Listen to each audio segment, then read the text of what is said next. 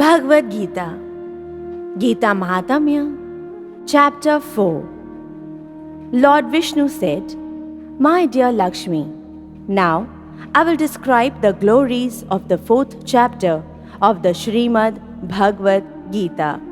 On the bank of the river Ganga, there is a town of the name Kashi, where at the temple of Vishwanath, a great saint of the name Bharat lived. Daily, with the greatest devotion, he would recite the fourth chapter of Srimad Bhagavad Gita. Previously, when Bharat had been traveling on pilgrimage, he had gone to the town of Tapodhan to take darshan of the deity of Lord Krishna there. While leaving that town, he saw two bale fruit trees.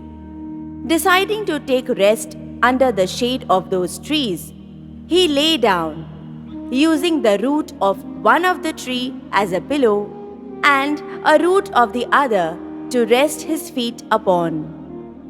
After some time, when Bharat left from that place, those two trees started to dry up.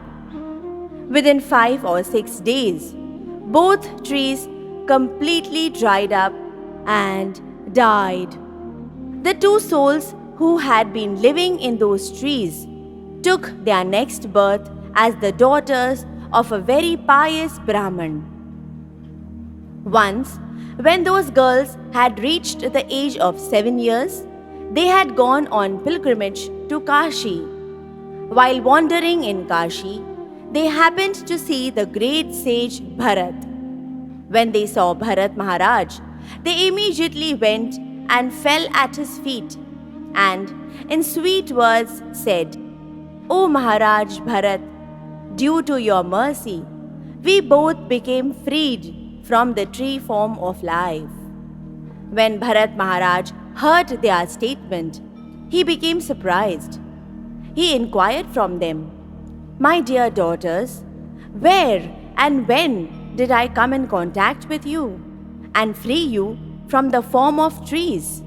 Also, kindly inform me how you attained the form of trees, because I do not know anything of this matter. Thereafter, those two girls first informed Bharat Maharaj the reason for their attaining the form of trees.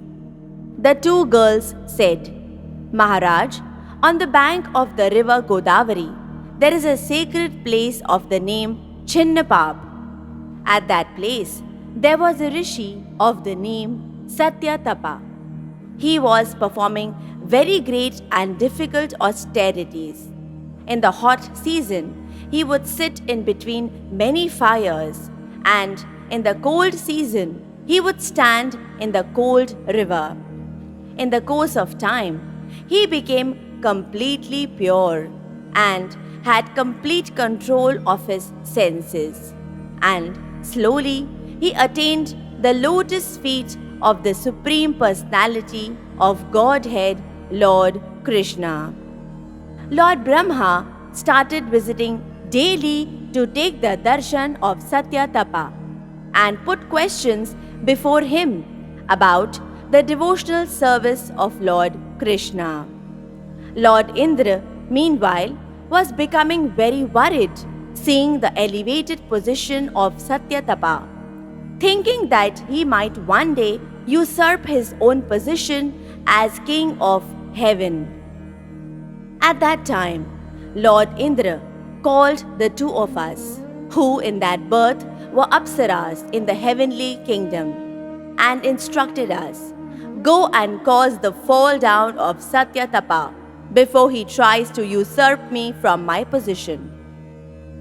After receiving Lord Indra's instructions, we left from his presence and went to the bank of the Godavari river, where Satyatapa was performing austerities. At that place, we both started to sing and dance very provocatively close to Satyatapa, with the intention of causing that sage to engage in a sexual relationship with us. While dancing, our covering cloth slipped down and our breasts became visible. At that time, taking water in his hand, that sage cursed us in the following words: "You both go and become bale trees on the bank of the river Ganga." Upon hearing his curse, we both fell at his feet and begged his forgiveness. "My dear sage, please forgive us, for we are simply the servants of Lord Indra." Seeing our submissive attitude, that sage became pleased and informed us that we would remain as trees until Maharaj Bharat came in contact with us. And he also blessed us that we would be able to remember our previous births.